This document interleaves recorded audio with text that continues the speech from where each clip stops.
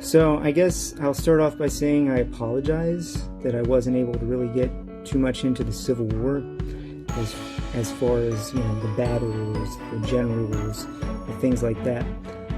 But I think what's more important is how we got there in the first place. So there was this guy, and his name was St. Augustine. And he was from a couple thousand years ago, and he said something really smart. He said, a mistake in the beginning is a mistake indeed. So what he meant by that is if you start out wrong, or if you start out with a mistake, it's going to be harder and harder to correct it as you keep going on. So just think of a math problem. If you make a wrong calculation in the beginning, that mistake is going to keep carrying over and over until the whole problem is just ruined and you have to start over again. And so the Civil War was kind of like that, because we had a mistake from the beginning, and that mistake was called slavery. We kept fighting about it, we kept trying to tinker with it, different compromises, but the fact is it was just wrong, and it was a mistake, and we should have never had it. But we kept it going, and it ultimately led us to a war that killed more Americans than any other event in our history.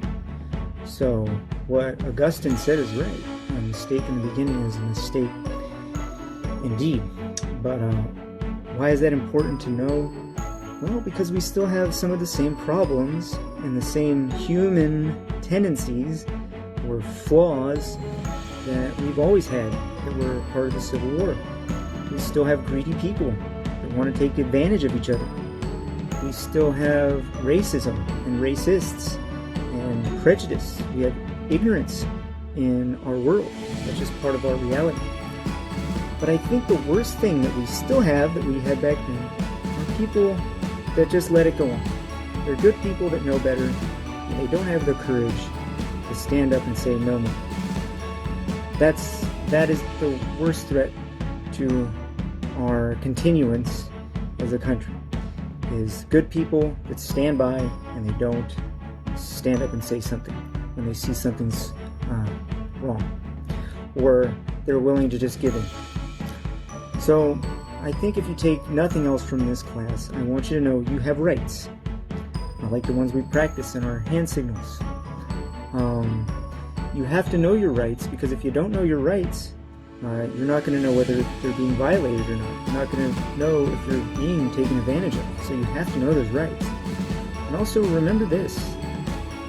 The people that made sure that those rights went beyond just white, male, landowning, rich people, they didn't have any superpowers. They didn't have magic spells. They were only human, just like you.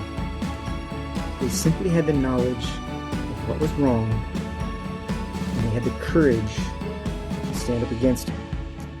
So presidents, generals, popes, battles, all those big things, they have their place in history. What's important for you to take from this class, what I want you to understand, is that small, unseen acts of courage, that's what makes the biggest difference. So think about John Locke. He was in his basement writing about self-government. If they found out he was writing that we shouldn't have a king ruling over us, they would have killed him. Think about the people in the Underground Railroad helping the slaves escape to freedom. Think of the odds against them and the consequences of if they got caught. It was real. Just think about the women who met at Seneca Falls to fight for women's right to vote. People thought they were crazy, that would never happen. Back then, if you mentioned slavery was going to be illegal and women were going to have the right to vote and black men, what? They would think you're crazy. But there were these people that, despite those everybody against them, impossible odds, they stood up for what was right, and they had that courage to change the world. And so can you, as long as you have the courage. So our country is kind of entering a challenging time, as you know. Some people are saying we're never going to be what we used to be. We're not going to be as powerful and strong as we used to be.